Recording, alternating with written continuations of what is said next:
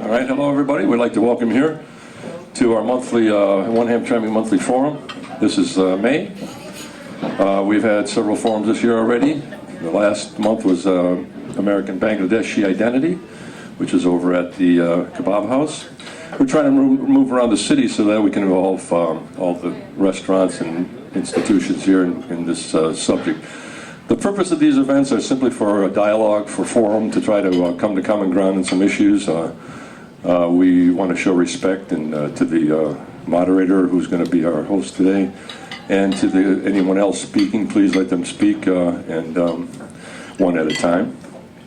And so my name is Bill Meyer, and I'm the chair and executive director of a group called OneHamtramck LLC. We've had several projects. One is the Home Suite, which was a musical multimedia presentation where we interviewed immigrants that came to Hamtramck and wrote a piece of music and a film, and that's up online. You can see that on YouTube.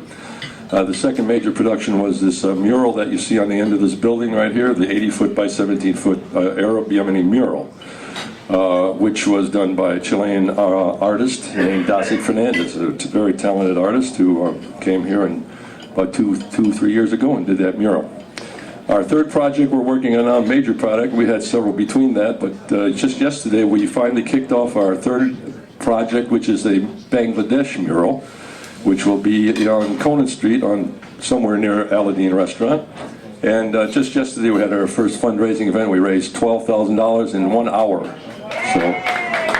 So that project is happening, and we're very excited about it. The entire Bangladesh community helps us with that, just like the Yemeni community helped us with this mural. This is not a government project. These things are all not political, not involved with any politicians or officials or anything. This is simply the community doing work for themselves, and we appreciate the community's funding. No corporations, no grants, just money from people who want to see their community represented. So today, the subject is Muslims in Hamtramck politics. Because there's several candidates who are Muslim, and for the city council and for the mayor position, we invited them all to appear today. Many of them confirmed, and some of them are here, and some are still coming. I've spoke to a few others who will be here shortly. So we're going to begin the program now with who we have, and we want to thank you all for being here. This is an evening to focus on Muslims and politics. Candidates and elected officials of Muslim faith are being given the floor tonight to discuss not their political platforms or official accomplishments or anything like that. That's for candidates night. We're going to have that some other day before the election. But tonight we're rather to address what it's like to be a Muslim in American politics. The personal issue. Does it make a difference if you're Muslim? If so, how? If not, why do you think that? Is there a connection to your country of origin? We have a lot of Yemenis here, a lot of Bangladeshis. Running for office. How should we fight against this anti-Muslim profiling that's growing in the country and prejudice against Muslims? It's no secret that Islamophobia and anti-Muslim sentiment is on the rise in America. It started its climb right after 9/11. Until then, it was African Americans who were the main focus of racism, but now Muslims are being profiled, mosques are being defaced, Muslims are targets of rising discrimination. Islamophobic incidents are up 1,000% since Trump became president. 1,000% incidents reported of Islamophobic incidents. Like racism, it's not always easy to define acts of Islamophobia. Manifested in different ways. It's like profiling laws, hiring for jobs, housing, etc. Those kind of things where you can't prove any form of discrimination was intended.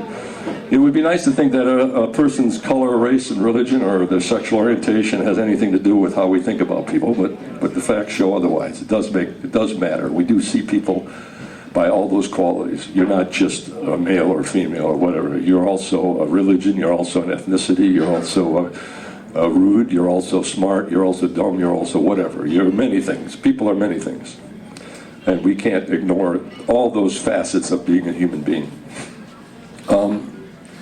Being colorblind is actually a state of denial.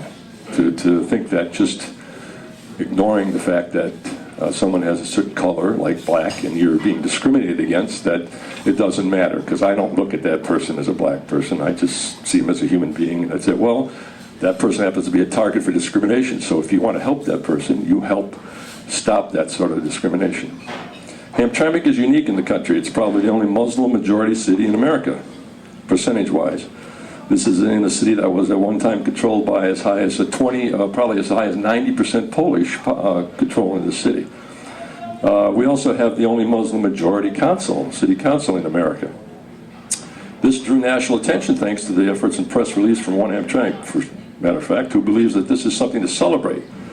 The Muslim community, Bangladeshis, Yemenis, Bosnians, they've contributed greatly to the city. We could say that they might just be our major hope for keeping the city alive with their growing commercial districts and respectful and non-threatening lifestyles. We can applaud that relations with Hamtramck Muslims here in this city community have not created any major national incidents. We disagree a lot, but we don't see major outpouring of Islamophobia. But there have been many examples of discrimination from the media and from the local government and some non-Muslims in the city. I wonder if Muslims feel that they are being treated fairly, so we want to address that when they get to speak here. If they have to live to a higher standard because some are brand new here in America, they don't speak English as well, they have to fight to be respected. Economically speaking, income per capita, Yemen is the poorest country in the Middle East, and Bangladesh is the poorest country in Asia. And little 2 square mile Hamtramck is the poorest city in Michigan, economically. But we are rich in diversity. It's a great opportunity to learn about each other's history and culture, face to face. Not many people have this great opportunity. So here we are, face to face, different faces. So let's learn about each other tonight if we can. And since the Muslims don't have a chance often to speak out in our community, in the community, mixed community, we want to give everybody equal opportunity here tonight. So first our Muslim guests will speak, and then we'll open the floor to the others.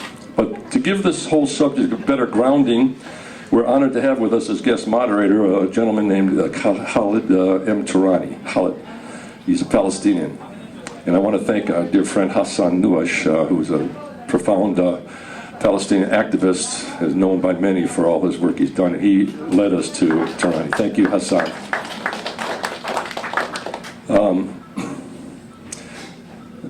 Turaani is a Palestinian. He's an entrepreneur, an executive, and an advocate. So I'm going to read this little short bio here, and then we're going to introduce him. He's the president of the American Muslim Leadership Council. That's called the AMLC. Khalid brings a multifaceted talent for launching and driving organizational performance as an entrepreneur, executive, advocate, and speaker. He has more than 15 years of experience in public office and affairs and advocacy in Washington, D.C. and in Brussels with the European Parliament. He combined with over 10 years of business experience as owner and managing partner in a multinational business. Khalid is a founding board member of Business Forum, with membership of over 1,000 business people in 26 countries. He serves on the boards of several nonprofits and enterprises. In advocacy, he co-led the first Muslim-Jewish-sponsored U.S. congressional delegation to the Middle East. He contributes frequently as an expert source to media outlets like BBC, CNN, Al Jazeera, Fox News, The Economist. Khalid holds a BS degree in physics. Last Monday was Nakba Day, for those of you who know what that is. For Palestinians, that's a solemn, terrible day to deal with. And Palestinians all around the world lamented that Nakba. And we have respect for our speaker today as a Palestinian activist and a leader in this community. And we'd like to bring him up to moderate this discussion. He's going to give us a little grounding first, and then we'll introduce one Muslim candidate and all official at a time to come up and speak to him. So please welcome our moderator for tonight, Mr. Khalid M. Turaani.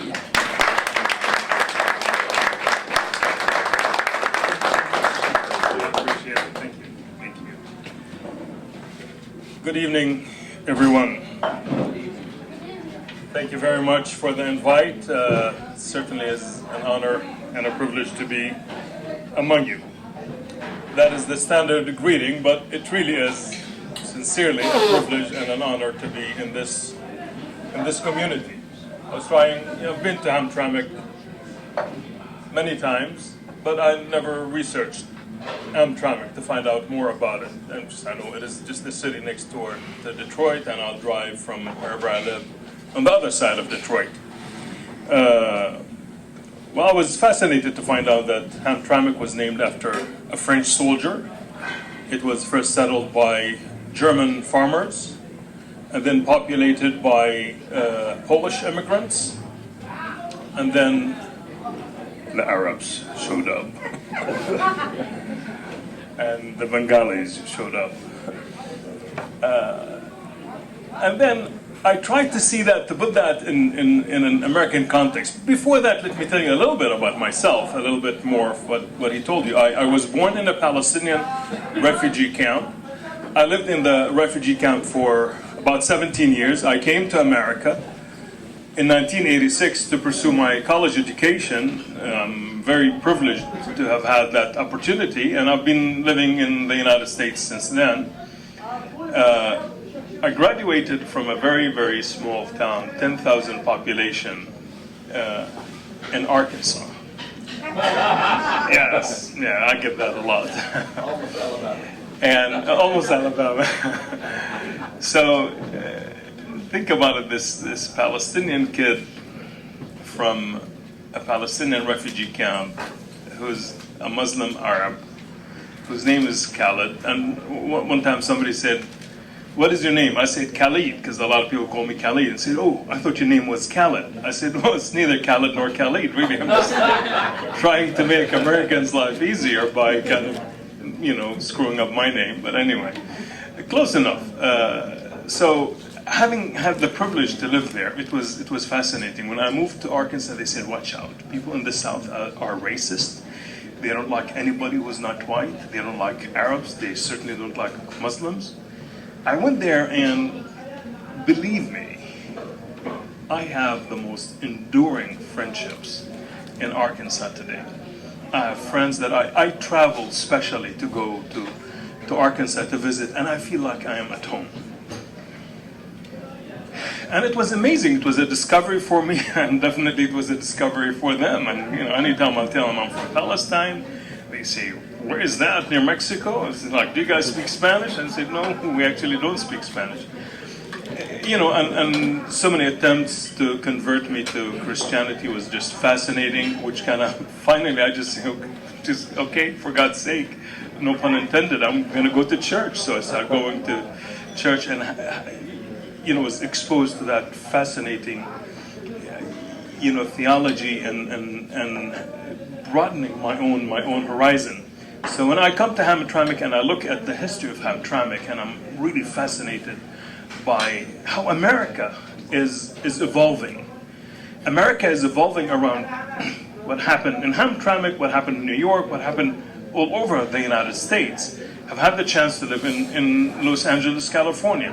Oh my gosh, and one time I saw a fight between a white guy and a Mexican guy, and the white guy said to the Mexican guy, blah blah blah, all the stars and the the little things, the explicitives, whatever, and then he said, "Go back to your country," and the Mexican guy said, "This is my country."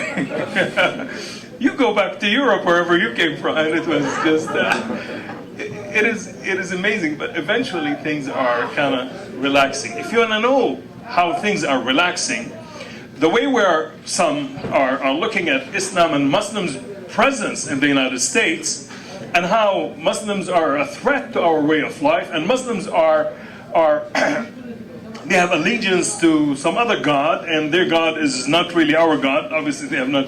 I've read the Bible. I've taken courses in Old Testament, New Testament, and I know Allah is mentioned in the Bible. Elohi, Elohi, lima sabachthani. That's what Jesus said when he was being crucified, according to the biblical narration. Elohi, Elohi. If a Muslim wants to call for his God, he would say Ilahi, Ilahi. Just like the same word. But that is not our. We'll talk about that later on. Just fascinating how sometimes people are just afraid of things that they are ignorant of. So a Muslim who comes to America would be afraid that an American way of life might infect him and his family, and then they would lose their grip on their faith. And somebody else who lives here would see the Muslims and Arabs coming with their garbs and their way of talking and dressing and eating fascinating food. And they say, oh, this is a threat to our life. And then we look at it and try to juxtapose that on what happened in the 100 years ago, and when it was Catholics who were a threat to our, because you know their allegiance is to the Pope. It is not to the flag of the United States. And the discrimination against the German Catholics and the Italians and the Irish and probably some of the Polish at points. And now nobody thinks about Italians or about Irish or about Germans as anything other than just Americans. And I think America is evolving. America is, they say it is the melting pot. And, some want it to be a little bit more poetic, and they say, well, no, it is really the flower bouquet. That sounds better, I think, yeah. And, if the bouquet is just all one color, it's just not going to look as good as when it is really colorful and diverse. And I gain more fascination and more respect and more appreciation for Hamtramck, this community that is really a microcosm, a representation of what the United States is all about, and how eventually everybody is going to be part of that melting pot, and then there will be normalization to where at one point, if there is any tension in any city in the United States with the presence of Muslims, that is not going to be the case, I hope, in our lifetime, but for sure in our children's lifetime. That's just like, oh, I remember, or it used to be, or history books tell us that it used to be that people would question Muslims belonging to America, Muslims' presence in the United States, and so on and so forth. Of course, for me, part of the discovery today, coming to speak here, was finding out that two of my great heroes, one is the son of immigrants, who was born in Hamtramck, and one is an immigrant who teamed up together to accomplish incredible things back in 1995, 94, 95. Anybody knows what I'm talking about? Oh, there you go, that's right. One of my heroes, I'm fascinated by the guy, Akil Alhalemi, and who is an immigrant from Nigeria, 7 foot, quite a bit taller than I am. And his coach was Rudy Tomjanovich. I would say Tomjanovich. And they together, the only other team in the 1990s to win back-to-back NBA titles, other than my other favorite team, the Chicago Bulls. I think that is more a representation of what America is about. When the teaming up of immigrants, non-immigrants, people of all kinds of faiths, it happens only in America. Believe me, I've lived in Europe, and I see the tension and the communities are just not as we would want them to be. When my kids and I moved back to the United States, my kids like, God bless America. You got it right. So, really, we have it good here despite all the things that are happening. Just two points I wanted to make.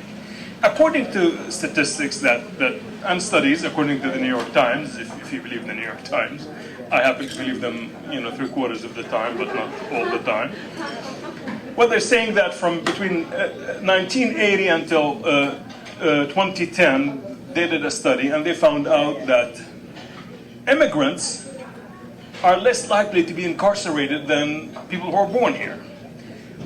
1/2 to 1/5 less likely are likely to be incarcerated. So for every one person who is born in the United States who are incarcerated, there's a chance of 1 out of 5 that person is going to be born outside of the United States. So the statistics is saying that, well, immigrants are less likely to commit crime. So if you're worried about immigrants, that should kind of comfort you.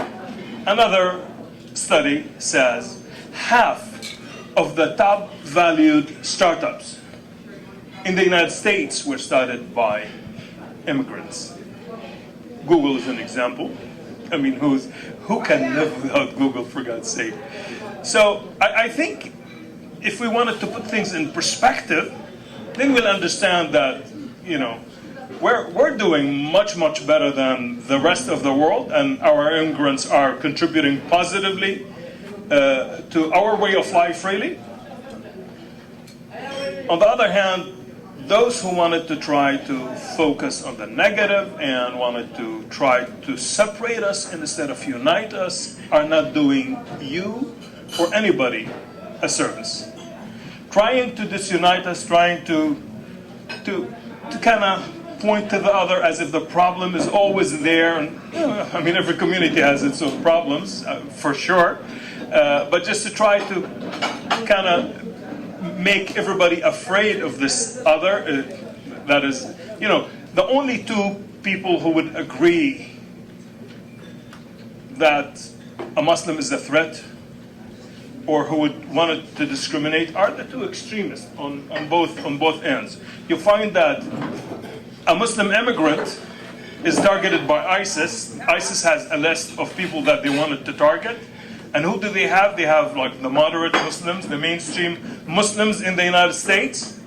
And who else is targeting those mainstream, like, you know, Council on American Islamic Relations? You'll find some of the leadership of the Muslim community, an imam in Dallas, Omar Suleiman.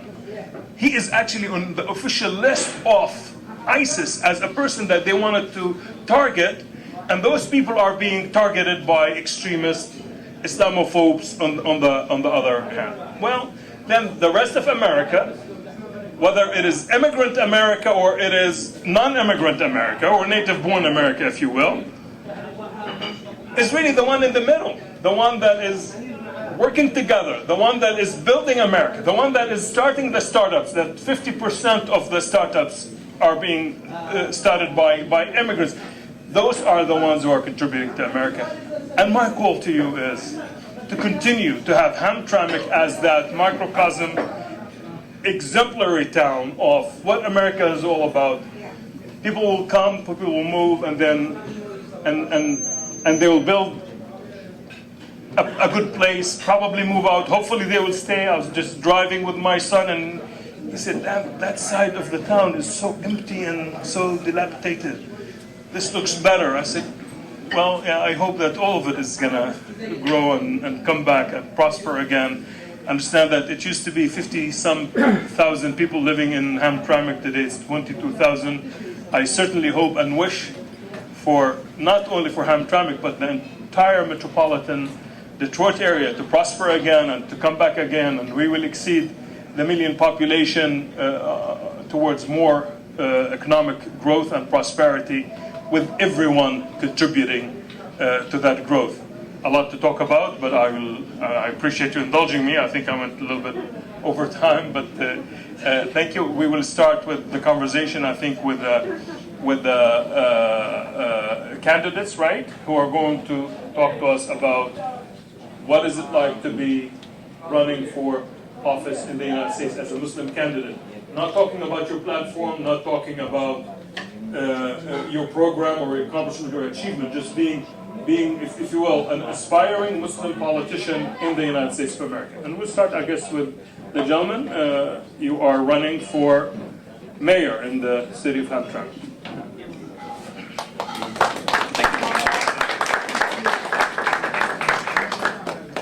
Thank you very much. Good evening. And assalamu alaikum. Now that I located the nearest restroom, don't blame me because Ramadan is so close. I'm going to drink as much water as I can because 30 days I won't be able to drink anything. So just so that you know. I'm Kamal Rahman. If you notice that anyone that's coming from Bangladesh or subcontinent, we do have a long name. And our name includes the recognition that I'm a father. You know, not all of us, but like Assam stands for Abu Sayyid Muhammad. Abu in Arabic is father of, right? And I don't know why we adopted it, there is no explanation, but it's just that, maybe people just started following the trend, and then that's why everybody is Abu, like father. So somebody is born their father of. And but here we also have nickname, right? Just like here. So Kamal is, everybody knows me by Kamal, and so I know we're not supposed to talk about the election, but I have to, because I am known by Kamal.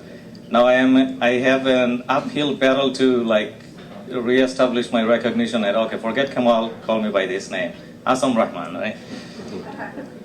So I had a dream coming to America, right? And my dream was, the Bangladesh was so hard. When I was growing up, I came here as a teenager, and my dream was nothing but having a refrigerator of our own with cold water. And because we had to go to our neighbor's house or somebody within the neighborhood, and my dad wasn't that rich that he could afford a refrigerator, and it was very uncommon. We didn't have television till 1980 in our community, in our area.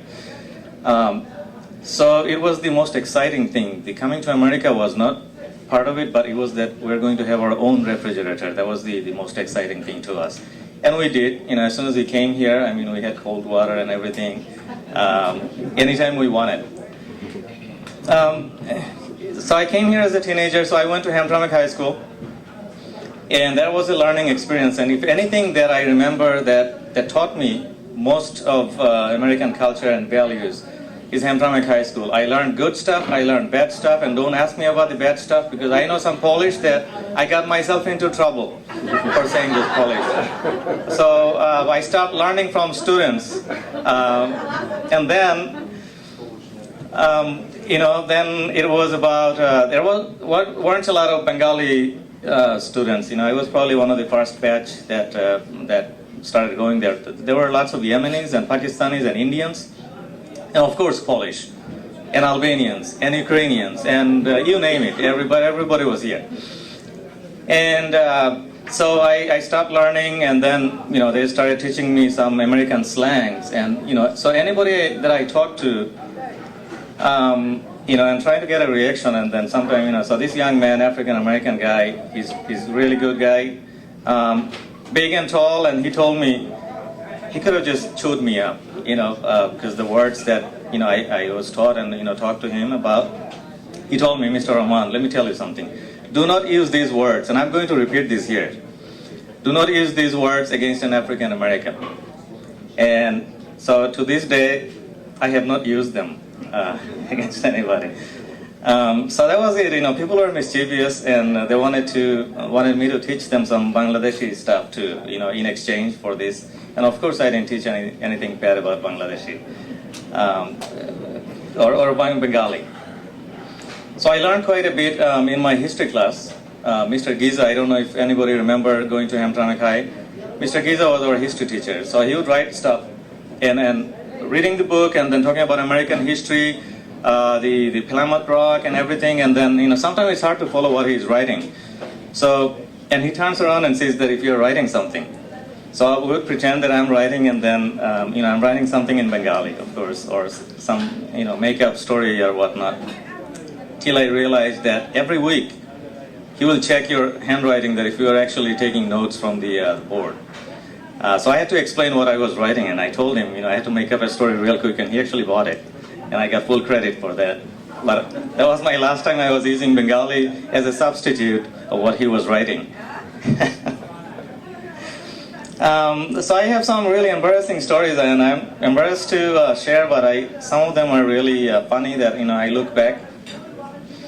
I went to Sarnia, Ontario for a religious group, wanted me to go with them, so I went there. That was my first outside of American trip. So I was really excited. I went there, and I wanted to call home. So we have dollar bill, and I have not seen a coin dollar, right? And so I'm trying to call home, and I go find a coin box telephone, payphone. And the operator, and I gave her the number, and then she told me put the dollar in the in the slot. And I said, I can't, it's paper. She said, no, just put it in there, just somehow get it. She's talking to somebody, and it was an operator assisted phone.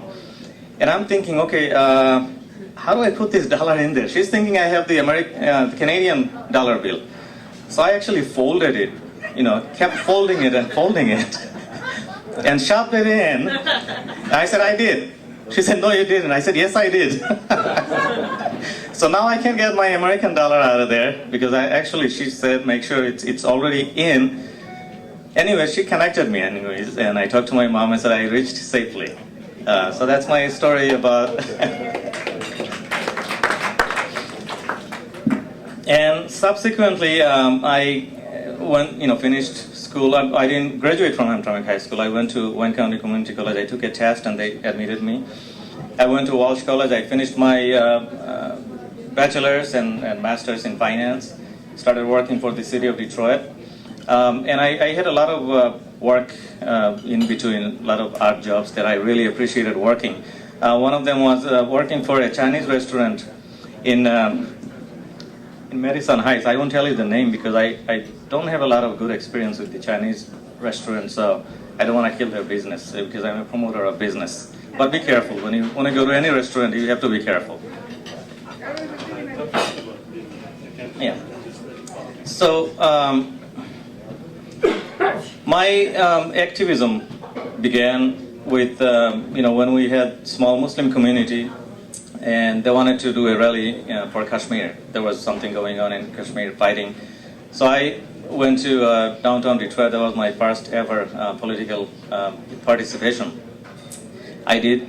And after that, while I was attending Walsh College, I started reading about the war that's going on in Bosnia.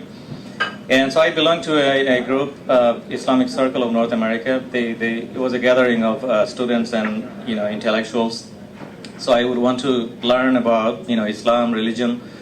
So I had a small part in there that I would present news and media part of it. So I would have a newsletter and explain what's going on around the world and that affects Muslims.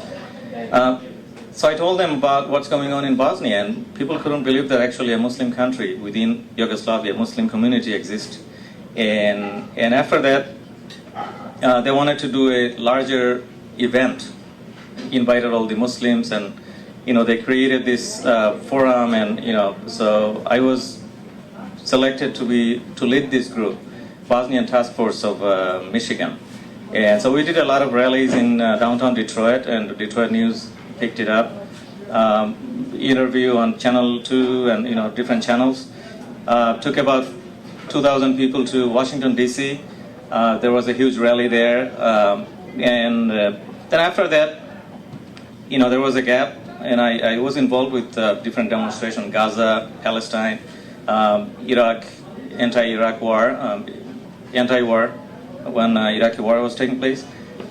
Then 9/11 came, and so that's when I realized that the discrimination and hatred towards Muslim was on the rise. And although I did not experience it personally, but I heard stories all over the place. You open the newspaper, the young lady in Dallas, Texas, she was spat on, and then she aborted her child. I think she was so terrified. There were cases like this. So I started looking for an organization that actually will address the civil rights issues. Like, what are my rights, and who is going to protect me, or whom do I go to and ask for help? Sure. Thank you. Because we have one mic, so we're going to share it. I wanted to ask you, probably some in the audience are thinking, particularly probably none of the immigrants, are saying, well, so you rallied for Bosnia, you rallied against the war in Iraq, you rallied for Gaza, for Palestine, dear cause to my heart personally, but what are you doing for America, as an American? And after September 11, I understand the discrimination and all of that. Can you tell us, as a candidate, speaking to an audience, I want to hear what have you done for America. I'm just being the devil's advocate, and so if you can tell us. No, absolutely. So for the Americans, I was part of interfaith group. I always like to learn about other religion, other communities, other faith and culture. They always attracted me. So I was part of the interfaith group, and try to help build a bridge between the groups. So I went to synagogue, with the imams, churches, and I participated in a lot of these local activities, fundraisers and cleanups, and distributing food to the different households, for poor. And during Ramadan, we would do food drive and soup kitchen and stuff like that. So that's what we would do as growing up and with our activities. I think that's what you were talking about, like how we're affecting the communities Right. here. So then why would a voter in the city of Hamtramck vote for a guy like yourself? I mean, what would distinguish you as a candidate? I mean, as an immigrant, as an American now, you happen to arrive just 100 years after some of the other immigrants. So how is that trying to really sell yourself as a person who's going to look after the interests of everybody in your community? So how is, without talking about your program, but just as a mission that you are undertaking now, if you can tell us something. Sure. Yeah, I was trying to avoid the candidacy part directly, as Bill, I think, wanted me to keep a sharp differentiation between being a candidate and experience. I think his direction was to talk about the experience here, but I can talk about the candidacy. Okay, so try to be fair with everybody. That's right? another night. Yeah. That's another night. Okay. Yeah, not about your program, but about Yeah. just being in the position where you are now running. Yeah. So, as you know, I grew up in this community. I have, friends, and in every community, I know that this community needs help. Our youngsters need help, right? Our youth, and not just my brother, people from Bangladesh, but for every community has youngsters that need help. And I think we tend to neglect them in every activity that we do. And I spoke at an event a few days ago that they're the most neglected group in our community. They're the future. In few years, my son grew up in, I remember right in front of my eyes, and he's taller than me. So it doesn't take for them to grow up to be a man. And not just a man, if they are not brought up correctly, if they are not guided properly, they can become a monster right in front of our eyes. And we have seen communities that suffer from lack of guidance for the youngsters. So I think they should be one of our focus for any candidate, for any politician, or for anybody. Yeah, but how is it different being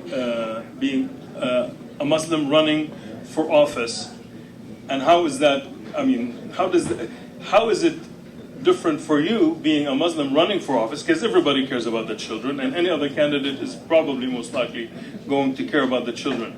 For you as a Muslim now, keeping your faith, maybe keeping your values that are yours, and then at the same time representing the rest of your community. So this community has a lot of different faith, different denominations, religious or something. So this is what he's bringing up is a big challenge for any community. As a Muslim candidate, I know that Muslim youth are, or any as a Muslim, we are subject to like additional, something happens overseas, here, anywhere. Somehow we are held accountable for their actions. And our youngsters are also being held, they are being asked at schools and anywhere they go to, and they also feel the pressure. We have to make sure that our kids grow up, they feel that they are growing up as an American. Religion is something that you hold on to, your culture, your values. You try to respect that, but you grow up as an American. You respect others, and that's what I want to do. And anything that challenges my faith, or anybody wants to challenge my faith, I will have to protect it.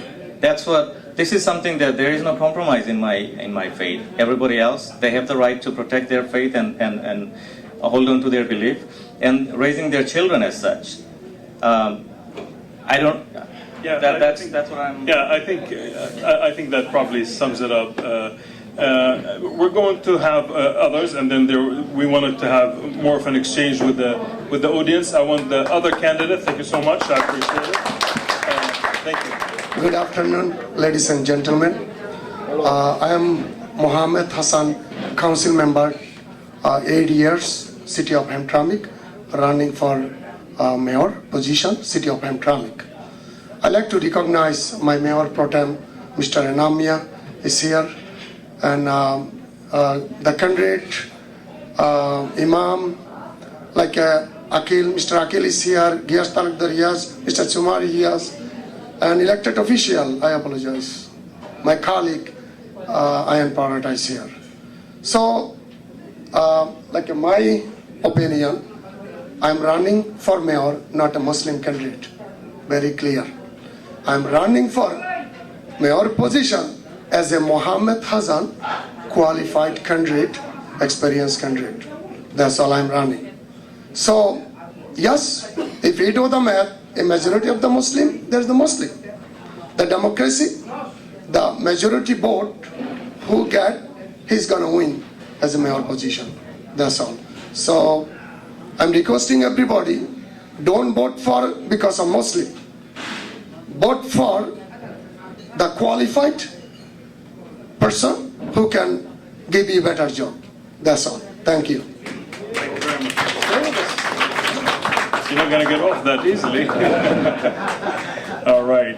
Well, that is all great, and I don't think it's only a good slogan to run on, but I think it is good, practical attitude to have when you're running as a candidate. Now, tell me, how does you being a Muslim, how does that inform your position as a person who's running for mayor? Well, I feel exactly same way. Our mayor, Karim qualified mayor. We need somebody, not for seat over there, like a Dave Being, who was sitting, not doing nothing. He don't do any good for residents. Do something, good or bad. Like the mayor right now, he's doing something. Value of the Detroit going up. So, not criticize. My mayor was the council president for 4 years, 3 terms mayor. 2 times city went to the receivership. So, do something, and for residents it's good. So, it is my challenge. I'm going to restructure the whole city department on anything. So, that's the way my vision. And I feel very good as a Muslim. Yeah, but thank you.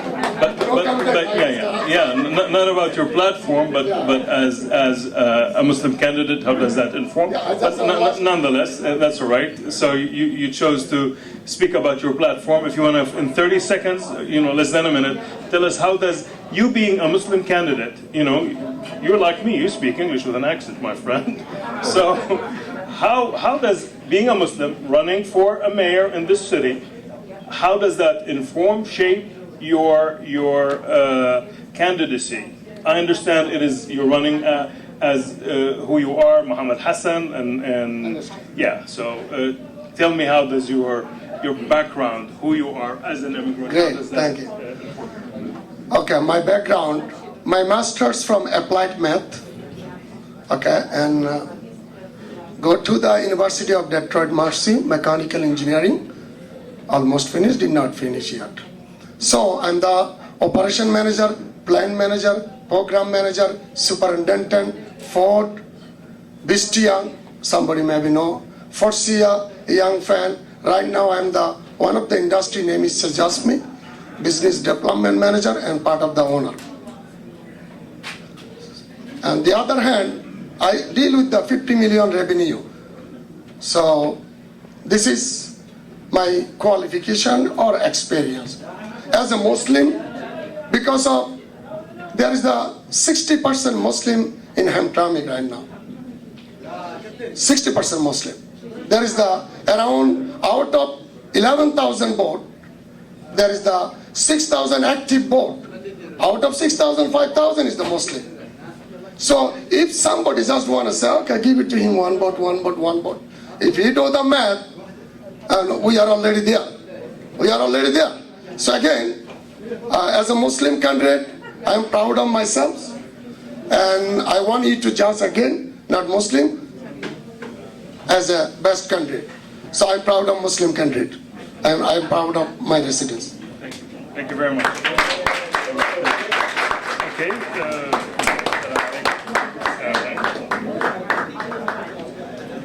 Hello, everybody. My name is Saiida Miah. I am the daughter of this fantastic guy here, Anam Miah. I've been. I'll give it up for you. I'll give it up for you. I've been shadowing my dad for about, I want to say, between 8 to 10 years now, as far as him being involved politically, whether it's in the city or with the USW, Local 690, never forget that. I will answer your question as far as running as a Muslim candidate and how it feels so far. It is tough, it is hard. I think we got our first hate message within 2 days of posting our Facebook page. So it didn't take them long at all. But what I want to touch on is I'm basically here to show people that Muslims come in all different shapes, sizes, colors. We've got tattoos, you got people at the lounge, there's all different types of... If we can, out of respect to our candidates and speakers, there's going to be an opportunity to have an exchange with the audience. So for now, please, if we can just listen up. If we can have one conversation, please go ahead. Like I said, there's Muslims in all different shapes and sizes. I think we're portrayed as being savages, primitive. Our women are oppressed, which is not the case, not at all. We're open-minded. We're open to suggestions. We're here to have fun. We're here to live life. We're here to teach other people about our culture, about our traditions, about where we come from, about what we expect out of our families, our morals, our values. But did you have any questions as far as what it's like to be Muslim? I mean, it is... I used to live in Washington, D.C. After September 11, President George Bush went to the mosque and said, Islam is a religion of peace. To the rest of America, Islam is the religion that blew up the two towers in New York. So somebody had a bumper sticker that says, religion of peace, my ... you know what. Which I can understand that person's point of view. I mean, if I was not a Muslim, if I was not from that part of the world, or I believe in that faith, I probably would have the same idea. So beyond that, your faith, you're open-minded, you're here to live life and pursue happiness. I'm here for that, believe me, and I'm sure everybody else is. And you got your first hate message. So running as a candidate who happened to be Muslim, you cover your hair. What is or how are you going to be able to convince the other that you really are not any different? The fact what you wear on your head doesn't matter really to anybody else, or to your ability to do your job, or to your ability to be concerned about your community. How are you going to really get over that hurdle, if you will? Which is, I don't think it's an easy thing, but I hope that you'll have an answer. I think the first step is definitely forums like this where we're transparent. We're asking each other questions. I'm learning about other candidates and what type of Muslims they are, what type of candidates they are, whether you're conservative or moderate or liberal. Especially my Polish people in the audience, my Yemenis, Somalians, Eritreans. Hamtramck is very diverse. You can't put Muslims in one box. It doesn't work that way. It doesn't work that way with any culture, any religion. So, like I said, we all come in different variations. As far as, I guess is telling people about Muslims. There's no one specific way. You can't learn about Islam or learn about Muslims from talking to just this guy or just that lady or just one person. It's forums like this that's the first step. It's an initial process to getting people to realize who we are as individuals, and that's it. Yeah, thank you so much. We'll leave it at that for now. We're just going to have somebody else. And then we'll expand the conversation into the audience. We'll have the gentleman, Almasmari, right? Mr. Almasmari there. Yeah, she's running for city council, right? Tell us what position you're running for, like in 30 seconds or less. Tell us who you are, and then we'll. 30 seconds only. No, about the position you're running for, not your platform. I'm not running for position. I'm a council member You're a already. council member already. Yeah. Hello everyone, I'm happy to see you here in the Yemeni restaurant. Taste the Yemeni food. We're all brothers and sisters. After I got elected, I was asked by one of the media organizations, reporter, are you a member of ISIS? I told him no. He told me, an explanation, just give me the next question. I answered you, I said no. So when people see a politician Muslim as something different, no, we're not different. When I posted the flyer for this event in my English Facebook, somebody commented saying, I am tired of you guys putting a religion into a politics. Was I putting a religion into a politics? No. I was just promoting for an event like this for people to understand each other and to ask and answer questions. So I am here. I think we're brothers and sisters. There is no different.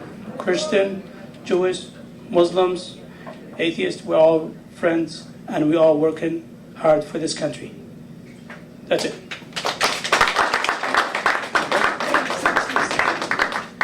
We all just wanted. I thought politicians love microphones. So it seems they want to save their piece and go. This is a great. Your fourth event for the day. So obviously he's working hard for the city. Great. Now, people tell you they are sick and tired of you bringing the religion into politics. Just as an observer, and I'm obviously you can tell I'm no expert on the Hamtramck politics, not knowing that the gentleman is already elected official, but bringing the religion into the politics. Do you think the Muslims are bringing the religion into the politics, or someone else is bringing the religion into the politics? And answering that, what responsibility do the Muslim community or the Muslim component of the Hamtramck community bear in calming things down and saying, well, our faith is Islam, but our concern about the city and about the economy and about what will go on about the politics here is the same as everybody else. So just if you can answer that. I think, to be honest, the media is putting or showing the picture of Muslims and non-Muslims. After I got elected, I did not even notice that we are 4 Muslim elected. We are not majority until the media told us, oh, first majority Muslim council in America. Okay, I thought about it, I said, oh, that's for real. So I did not run because I'm Muslim. I knocked 3,800 doors in Hamtramck. I was elected by everybody and worked and working for everybody. So people putting politics in religion, that's not happening, and it will never happen in my politician life. If somebody comes to me asking for help, I will not ask what is your religion. I will ask, are you Hamtramck resident? Then we'll discuss their issue. That's my bottom line. Thank you. Thank you very much. Okay. While you're calling the candidate, I know that your mayor was quoted by CNN, the W. Kamal Bell show as, we're not afraid of our Muslim neighbors. I happen to know your mayor. I think she's a fine lady. I think that was not a good thing to be quoted as saying. It's like saying, I have black people for friends, you know. It's like, you know, the default setting is that you should not be afraid of your neighbors. And I think either I don't know if she was misquoted or she has misspoken or she did not really mean it that way. But I think that, I mean, to be honest with ourselves, that kind of tells us somewhat of that there is some kind of tension in this community. Having a majority of immigrants, a majority of people, I think it is like one of the most internationally diverse cities in America with that number of immigrants. So there might be a concern, but I think we need to look at our city, at your city, and what are you going to do for the city? And anybody who's going to do your city good, it doesn't really matter which way do they worship, east, west, north, south, or they don't worship at all. It doesn't really matter. And I think this also goes to the residents or to the components of this community who are Muslims, not to have your faith in everybody's face somehow. But for the lady here, it's probably difficult not to have her faith in your face because she wears her faith on her sleeve, almost literally. I think there has got to be some common ground, some kind of coming together and developing an understanding. Who's the next? Mohammed Alsomiri. Mohammed Alsomiri. Or Almasmari. Yes, sir. And you are running for city council. Yeah, I'm running for the city council. Yes, sir. Good afternoon. Good afternoon. Yeah, my name is Mohammed Alsomiri. Yeah, I'm running for the city council. I am the businessman, almost like 16 years. I like to work to help the city. I have like property and building. Every time, almost 7 years, the city is down from the vacant lot and the business is down. I buy from the city and the other people make the city is better.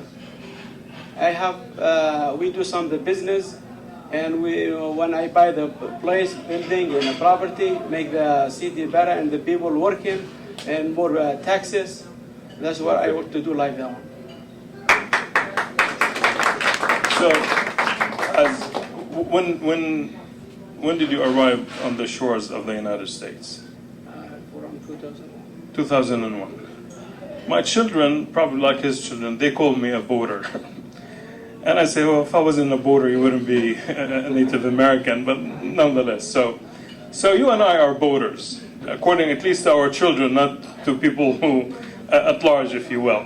So being an immigrant and coming here and running for city council, I wanted to ask you the same question as the gentleman. How does your faith inform your politics? People wanted to know, are you Muslim first or American first? Are you Hamtramck city council person first, or are you a Muslim first? How does your faith inform your politics, and how do you separate the two? When I'm running the city council, I am the Muslim. I like to work for everybody, not only for the Muslim. We work together for everybody. That's what I want to do like that. Thank you so much. Please introduce yourself and the position you're running. Good evening, everybody. My name is Gias Talukder, and I'm running for City Council. I came from Chittagong, a place called in Bangladesh. It's a port city. And when I came to this country, that was back in 1998, and I went to a pharmacy school. I went to become a pharmacist, and then after that, I worked for pharmacy for almost 10 years. And then my mother got sick. So when she was in hospital, she had to be in the hospital for 3 months, and there was nobody to take care of her. So I can't get that many days off. So I had to quit the job. And the manager was not happy about this. You quitting a pharmacy job? I said, I'm quitting a pharmacy job. And I started taking care of my mom and doing the car business on the side. And right now I'm a car dealer, not a pharmacist anymore. My wife is becoming a pharmacist. I told her, be a pharmacist, let me fulfill my dream that didn't come true. So I used to live in Florida after that, and then I moved here to Michigan back in 2012. And so I started seeing this diverse community, and I started loving it. That was a big turnaround coming from Florida to Hamtramck. The first few weeks I cried. I said, did I make a right choice, like coming to Hamtramck? But as I got to know people around here, and it seemed good, like, you know, Muslim are very much welcomed here, which is true, we all know that. But I'm not here as a Muslim, you know, it is my religion. Of course, I have to reveal it, but at the same time, I'm an American now. They made me citizen of United States of America, a great country. I got so much things in this country that I have not received even in my own country. So this country is always a great country, and it's great to be here. But right now, I started doing some community work, and people loving it. So some people told me, why don't you just go to the office and held a position and then try to do something for the community. So there are some things that you cannot do on your own, being a general public. When you become a position holder in the office, you can actually do more legally. So this is what it is. So my name is Gias Talukder, basically, and being a Muslim, I'm happy about it. And at the same time, being an American also, I'm happy about it. So I'm not bringing my religion into the office. When I go to the office, I'll go by the book. Whatever the Constitution says, that's what I'm going to do. I'm not doing any favor to nobody. I'm not doing favor to, not even to myself. If you have any questions, go ahead. I'm here. Thank you very much. Thank you. I appreciate you articulating your position on that, and I wanted to take it a step further. Sure. You're not running as a Muslim, but who you are is informed by you being a Muslim. So that is for sure.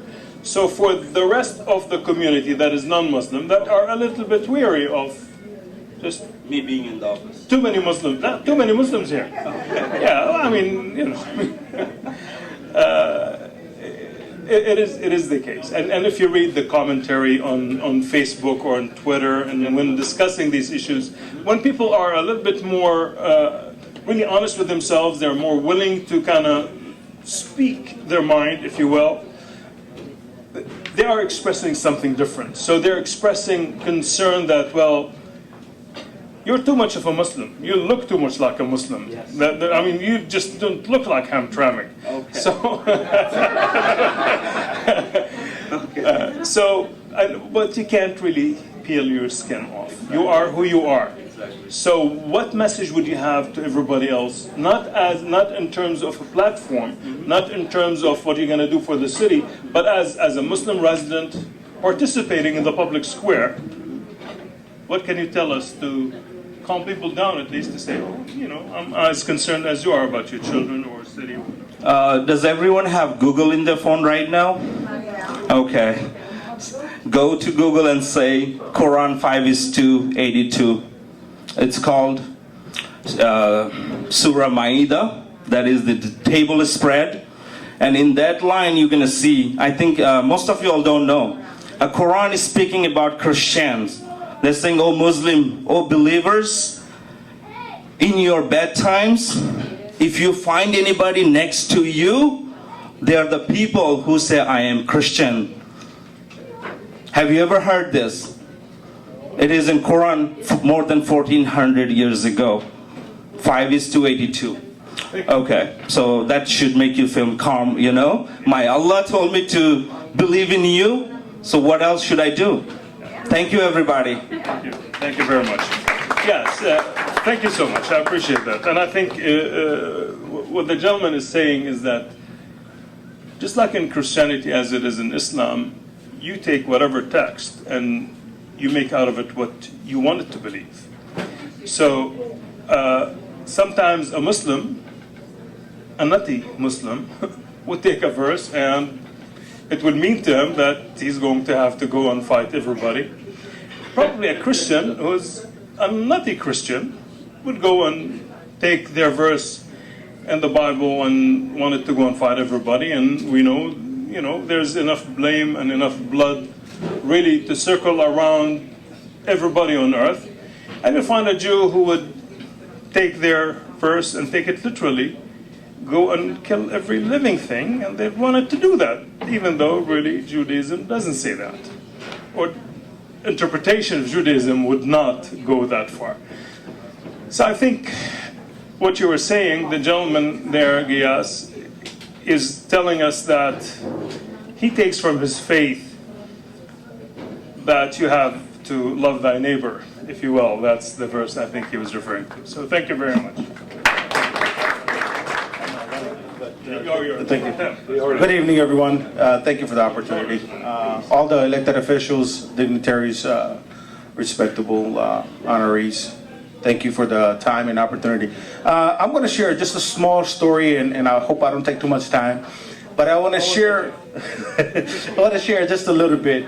As a young man, I started working under United Steelworkers about 22 years ago.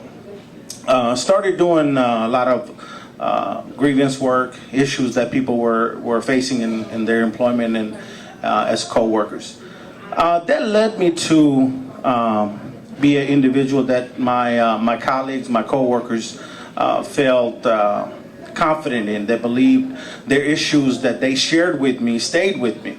I was not the one that gossiped. I felt like that was a characteristic of having integrity. When somebody told you their issues, their problems, that you found ways to keep it inside yourself because they found that confidence to tell you about it.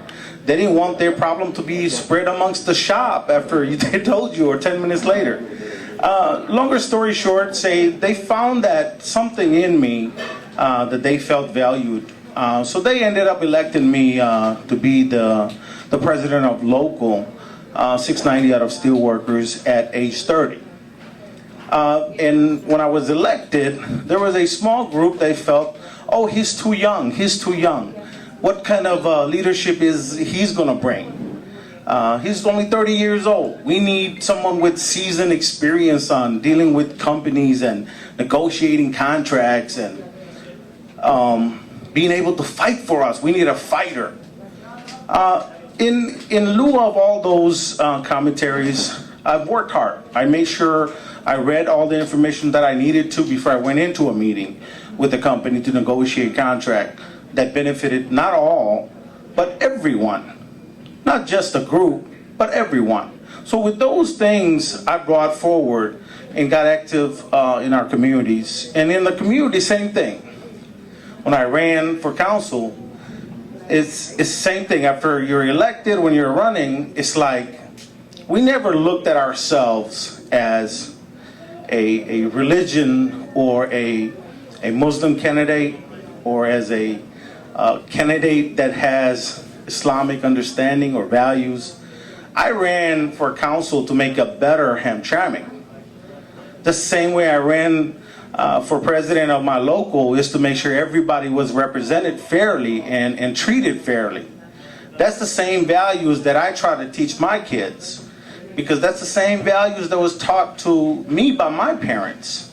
And when we face some of these challenging times, whether it be social media or even misunderstanding between neighbors, that, oh, my Arabic neighbor or my Bengali neighbor. No, it's your neighbor. There's no Bengali or there's no Yemeni, there's no Polish. Because when I grew up in Hamtramck, I went to the Polish house, even though they had certain things that I couldn't eat. But my friend's mom made sure she had something in there that I could eat when I went there. And not only to the Polish community or the African American communities, when I went, they made sure they had a hot dog or a hamburger that was all beef. You know, I couldn't eat the Polish sausage, but they had a hot dog there for me. Make sure it was there, because that's how the community is supposed to be, and that's the community that I grew up in. Unfortunately, as my daughter brought it up, there are individuals that has the far right or the far left views on things. But when we have forums like this, when we have individuals like yourself that would come out and spend your time and give us your time to share your thoughts and stories that you have, and the stories that we have heard from many others, and hopefully we'll engage the audience and hear some of their stories and cherish those things. That's the only way we're going to be able to be a one community. You know, there was a question my daughter asked on her Facebook. Tell me another city that you know of that can give you the same ambiance or the atmosphere or the diversity of Hamtramck. I'm still waiting. I don't think I have seen a comment yet that many have seen it, but you can't. You can't compare any other community, any other city to Hamtramck. We are that unique and we are that special. Very much. I appreciate it. Thank you. I think we're... I apologize that I told you I'm not coming, so I tried hard. I have to fly tomorrow to Washington, D.C., so I told them I'm not coming, then I tried my best, so here I am. Thank you. My name is Akil, and I'm a father of 3 children.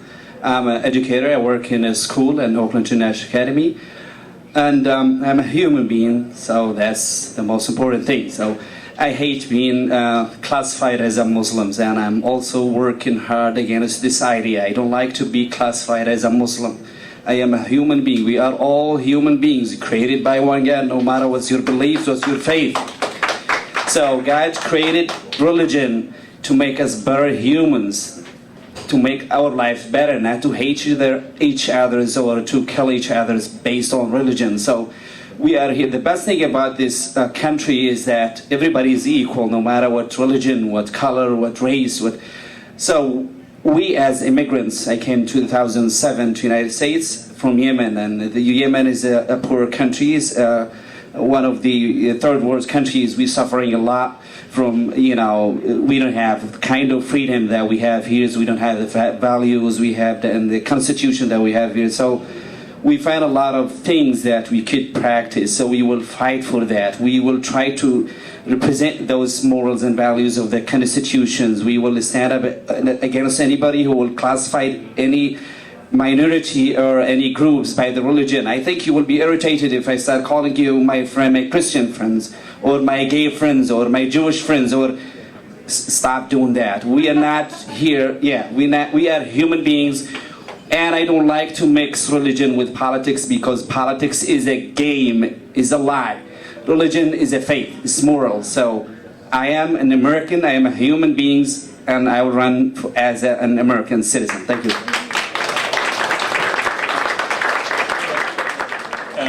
So 3 things are of your concern that you want to express to the candidates who happen to be Muslims, because today that's what we're talking about. What are these 3 things that you would like to ask? If you would like to contribute to that question, if you can raise your hand, because I would like to have at least 3-4 people ask that question. I'm gonna pick one. Okay, go ahead. I wanted to somewhat challenge you. I'm Beth Lasley. I live on Edwin. I live here, and I'm a deist, so I'm none of the above, neither Christian, neither Muslim, neither. I'm okay with a God. I picked this neighborhood in 2013, best neighborhood I've ever picked. But my challenge is, you said that, wearing, especially Saiida, wearing her hijab, that you are confronted with religion, that you don't have that in Christianity, but you often do. You often have people who either choose to bring it to it, who wear a cross, who also come with you, or make a big production, as we do in all religions, of being involved and making sure that people see it when they're running for office. But I think part of the reason why it becomes an issue that you do, and I'm proud that you do, because as you mentioned, there's all kinds of Muslims. There are Muslims who wear a headscarf and Muslims who don't. There are Muslims who it's very important to who don't. There are Muslims who do it in certain positions and don't. And to some people, it's not a big deal either way. But anytime that you go over and confront somebody with a difference, whether it be religious difference, whether it be you're presenting it, whether you're being that you're not, it's a social risk. And so I applaud you on taking that risk. I encourage you to continue to tell others to take that risk, that here's who I am, and as a society, you have to deal with it. But I also want to encourage us not to forget that we live in a bubble. That we live not only in Hamtramck, but in Michigan. I'm not from Michigan. I picked here from the South.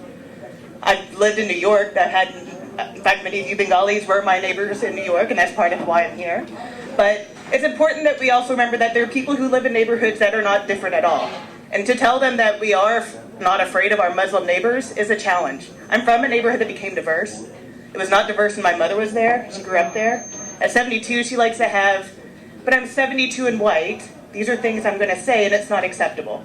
That she herself has become very good at living alongside each other, which people in this room are doing better than everybody else in town, of living with each other. And that's what we need to have a challenge is to move beyond living alongside each other, and some of that comes with confronting each other's differences, talking about those differences, letting people see those differences and accept them, saying, I'm none of these things and I'm fine, I'm not even Polish, I'm the biggest outsider in this room. So it's coming to those and being willing to talk about those and being willing to discuss those, and that's part of why we're blessed to have, I'll even take a religious word, blessed to have people on our council and in our everyday life that are different than us, because it lets us learn better about who we are, reinforce who we are, and see a wider perspective. So I encourage all the councilmen, whether they consider themselves humanists, deists, Muslims, anybody, to embrace who they are, to bring that to other people who are not in the fortunate position of being in Hamtramck. And I would love to hear if you all have any ideas about how we can better live alongside each other,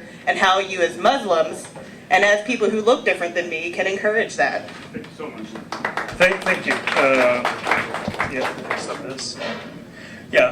And really, just by way of clarifying, not in defense of anything, it's just when a Muslim woman wears her religion literally on her sleeve, Which goes to that neighbor. it is right. It is more obvious. See, if you're wearing the cross and it is, you have the right to wear the cross, but it is under your clothes, and I don't know, and I don't care if you're a Muslim or Christian or a Jew or a deist or atheist or whatever you are, but you cannot mistake a woman wearing hijab for being a Muslim. Right, of course.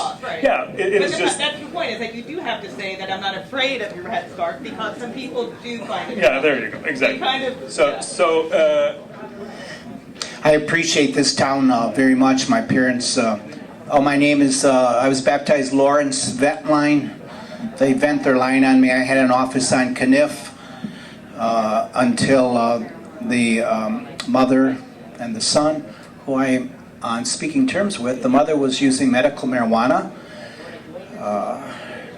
and the son, a freshman at Wayne State, was using her medical marijuana by their own admission.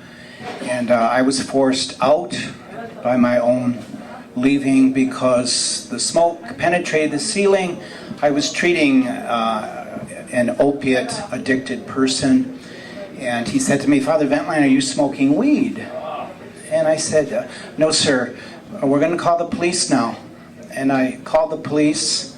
They said, why are you calling us? The dispatcher who took the call. I said, well, you might know the law better than me, but I think it's a felony to use someone's medical marijuana. So to answer your question, sir, safety, drugs, and speeders, cleanliness also, and there's a culture of political correctness in this town. During the Labor Day parade, one of the fathers with his two sons said to me, from St. Hyacinth's Church, who lives here now, said to me, why do my kids have to smell that pot?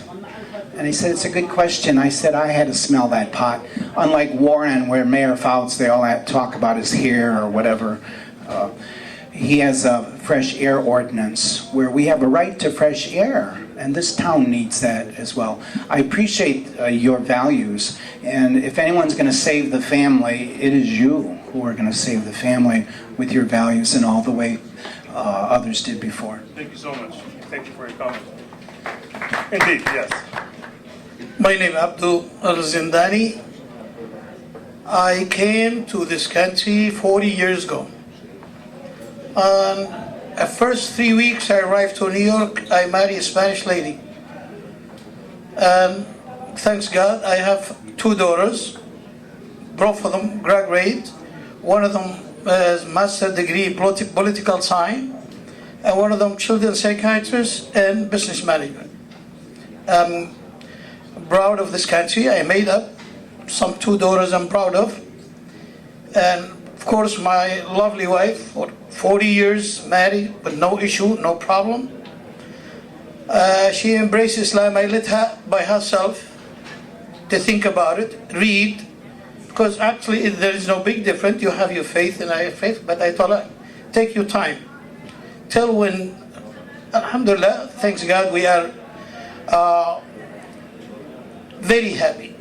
And now I'm preparing a house in here in Hamtramck. We start to invest in Hamtramck because in New York you can invest. You need $1 million to invest in New York. But in Hamtramck, a great city. If you want to build up your business, you build up your investment, you build up here. I said to my wife, let's take what we work here, invest it in Hamtramck. It's a place of chance. You buy a house for $20,000, fix it up and get better. So now she's ready to retire to come to enjoy it in Hamtramck. Okay, I'm sorry. I just advise any position, anybody want to run in any city, not only in city of Hamtramck, in United States, first he have to know all the people in America. He have to work for American people, not for himself, not for a favor of his community or who support him, not for any race. Because that is what the Constitution support all immigrants. So you work for all people in the United States with a trust. Because those people who vote for you, they trust you to do better job for them and for the future children, for themselves, and to build up a good community. Exactly. Thank you. Thank you. All right. We'll have the lady here speak for 2 minutes. And if we can address, I still haven't heard, okay, hang on. I still really haven't heard anybody speak about the substantive issues that are of concern. I sense, my understanding, there is some tension in Hamtramck. So would somebody be honest enough to say, well, this is really my concern. The gentleman here said, speeding, drugs, and what else? What's the third? I hope some of the candidates are taking notes. So what are other issues? Are there some cultural issues, some cultural concerns? Are there, just what is your community's concern? Please go ahead. My name is Michelle Oberholzer, and I am an immigrant to the city. I'm very proud of the city and of the diversity, and I'm grateful to be here. One of the issues that's most important to me is housing, and I do housing work in the city of Detroit. And I do have a brief announcement. There will be an event tomorrow evening from 4 to 7, just north of Hamtramck, and there are about 100 homes in Hamtramck right now that are facing tax foreclosure. So that's a risk to people, especially if there's a language barrier, especially if there's a low-income situation. We want to make sure that people don't unnecessarily lose their homes. And if there's anyone who wants to be involved in that work or is willing to translate or volunteer, please do contact me. So that is one of the issues that's important to me. Housing. I'm also, my neighbor, I originally met my neighbor because she pulled me in her house to show me her water bill.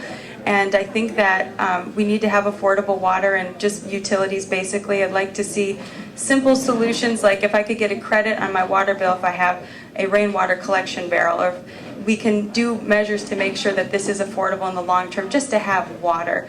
And environmental issues are also super important. Being on the border with Detroit, there's a tendency to have certain toxic and polluting things located in that area where there's not as strong of a constituent base. And so I think we need to be hyper aware of this and coordinating with Detroit to make sure that the schools have good air quality and the ground and all these things are taken care of. Thank you so much.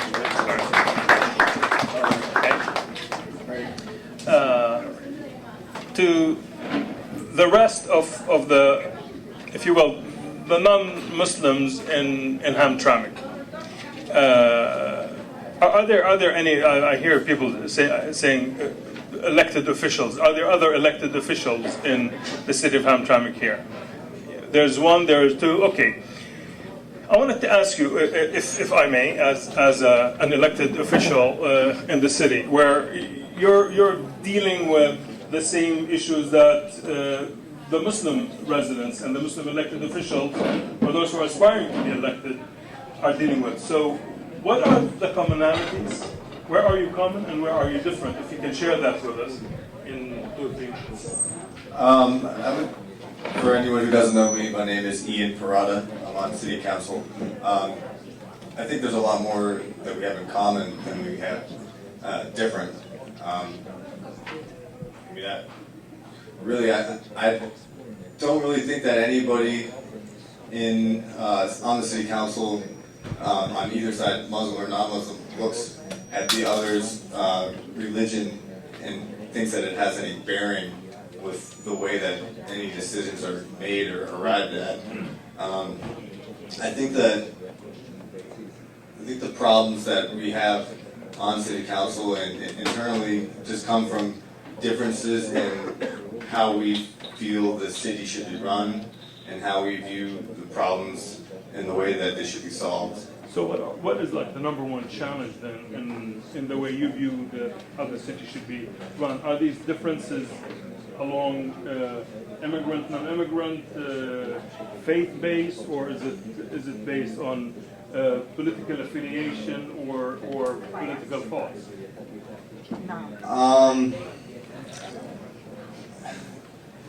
We are in a tough situation in Hamtramck right now because the big issue that we're facing is we have one group of council that feels that the city manager is doing a good job, and we have another side of council that feels that she's not doing a good job.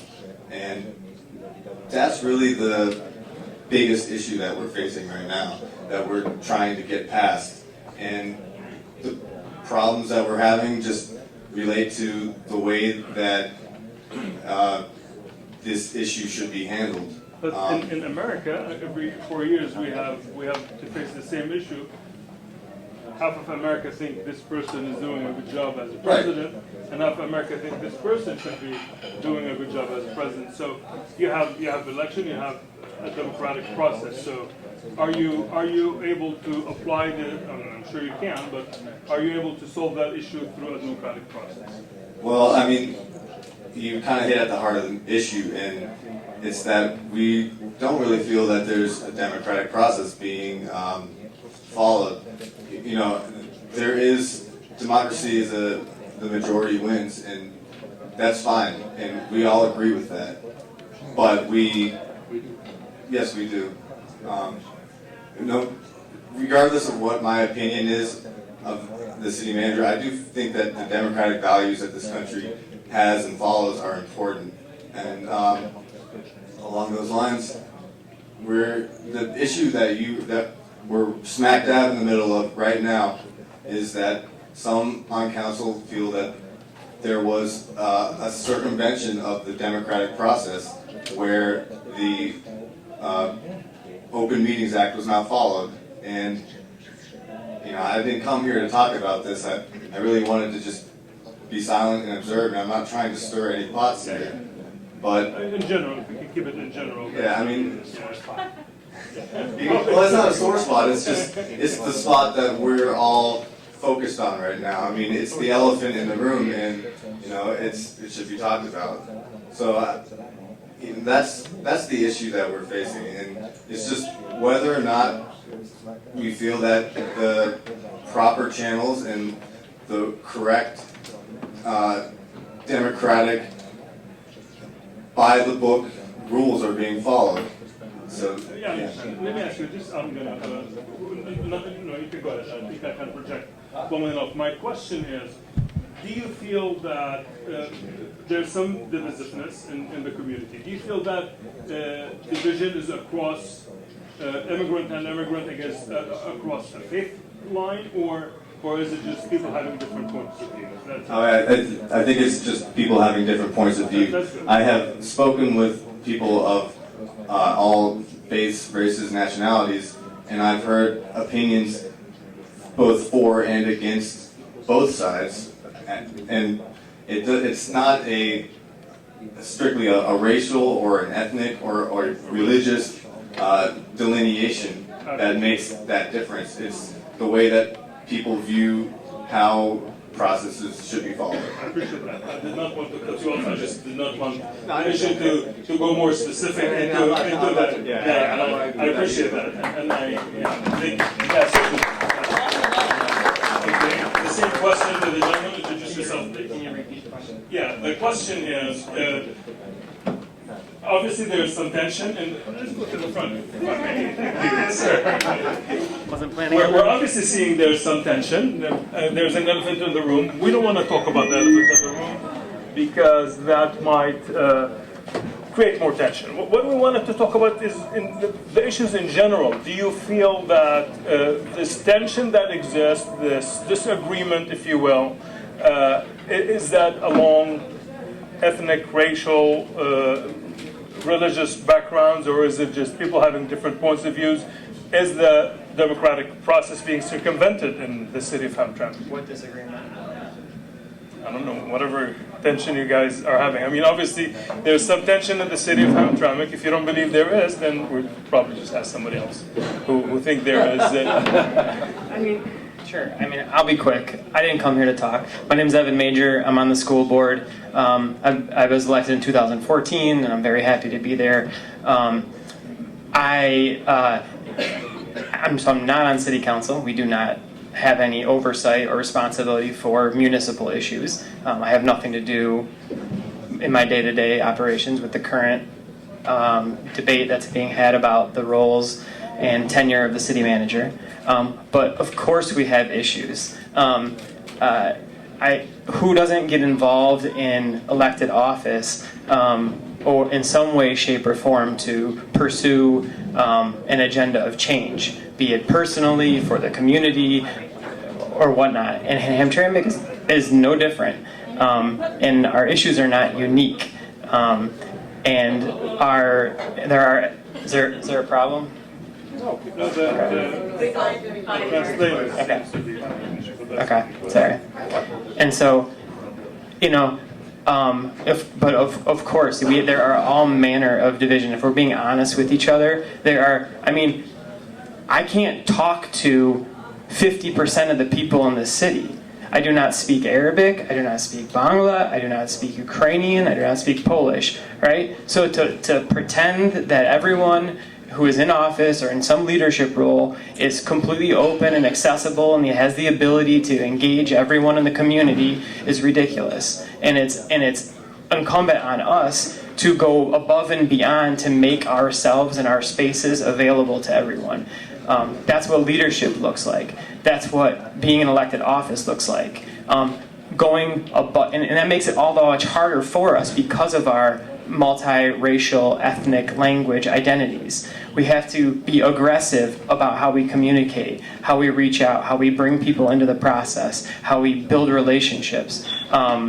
I would love it if my position on the school board was full-time and we could just do this all, every day, all day, because that's the man to do it right. That's what needs to be done.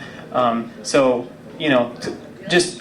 not interested in beating around the bush. I'm not someone who sugarcoats things. I think I know about 80% of the people in this room.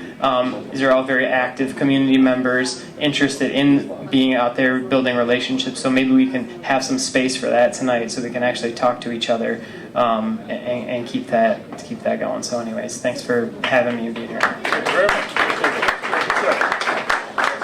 Well, I think what I've learned in politics, and I've dealt with it a little bit, is that there are two ways of dealing with issues. There's a book called In Defense of Politics. I think it's a great book that kind of addresses that issue. There are two ways of dealing with issues, only two ways. One is violence. Let's take a swing at it. Let's see who's stronger.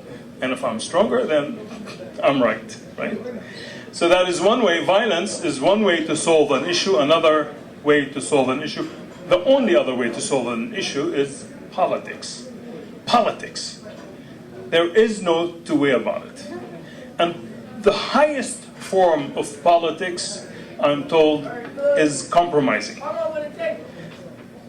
It takes a really higher level of being to be able to compromise in politics, because when you are at a very, very low level of politics, you just haven't learned how to compromise or have not mastered the art of compromising, because at the end of the day, there has got to be a win-win situation. Can't be win-lose, because if it is win-lose, then we're back to the violent way of handling things. If you get a chance to read the book, In Defense of Politics, I forgot the name of the author, read it a while back.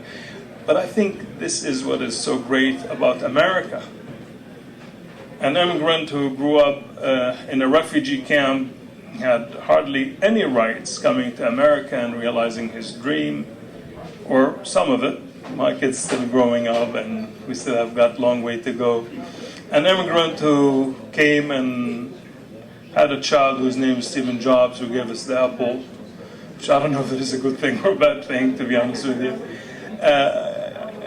Still, despite our differences, despite our faith differences, racial differences, cultural backgrounds, eventually we'll come around, eventually we get together, eventually we're on the same table because we're serving the same country, we're serving the same community, we serve the same society. When the air is clean, it is clean for all of us.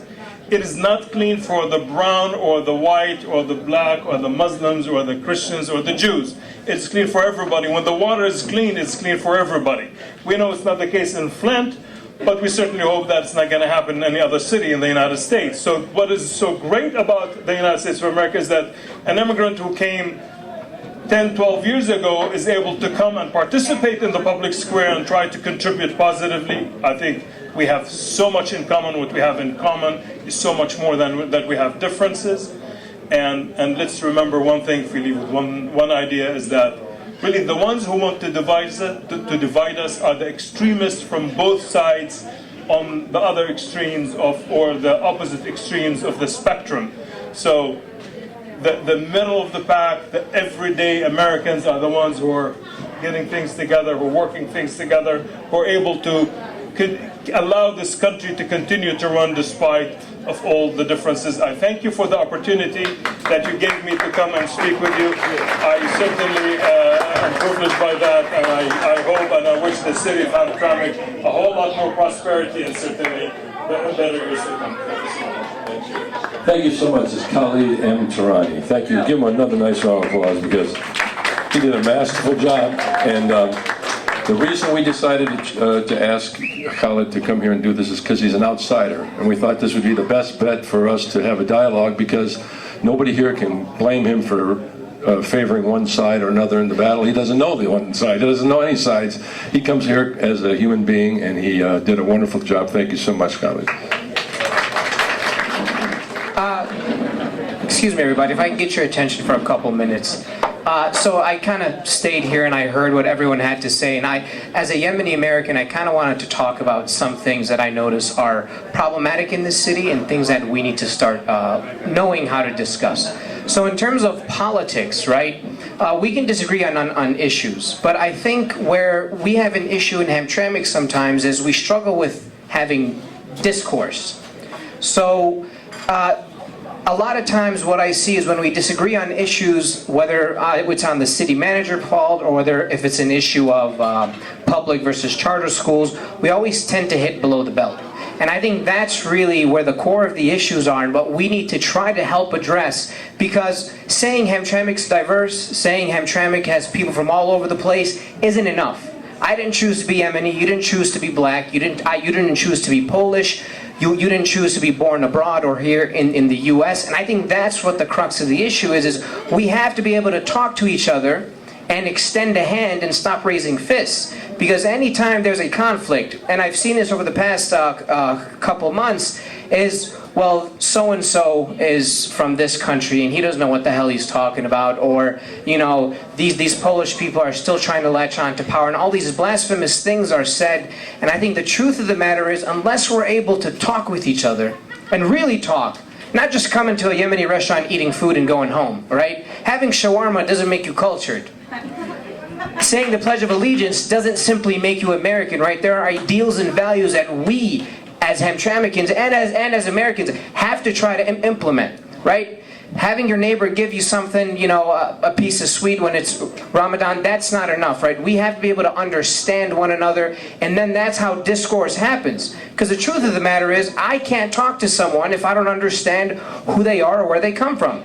And I think that's what we need to try to talk about with each other as we move forward, because if we want this city to be great, right, issues of water, issues of pollution, issues of potholes, those are not Muslim issues, those are not atheist issues, those are not gay or straight issues, those are Hamtramck issues, right? And I think that's what I want you guys to help try to remember as we move forward. And if there's any assignment, right, I'm a recent college grad, so, you know, I can't give people homework yet, but I guess one thing I want to say is if there's something we can do before you leave, try to talk to somebody that you haven't met before. Understand who they are, understand where they're from, and really live by that concept of having one Hamtramck. Again, my name is Abraham Ayash. Thank you, everybody.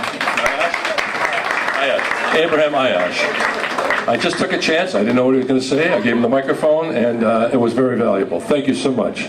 And I'm sure there's many other people here who would like to say stuff that didn't get to speak tonight. So maybe we'll have him as our host next time. Here's another gentleman who wants to say something. But we ran out of time. We have to get out of the room. But we'll give you 1 minute. I know you. All right. He knows me. I thank him. I'm thankful to see all of you here today. I left one meeting and I just got here. But I'm so glad to see all of the culture, all of the different nationalities and things like that, because we all are one people. I don't know what you come to do, but we all are one people. You might, you can say you're a Muslim, you can say you're, whatever you say you are.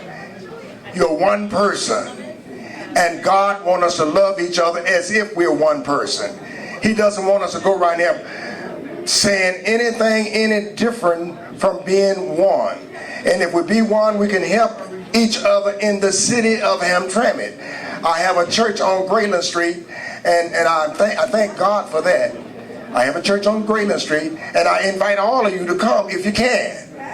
Amen.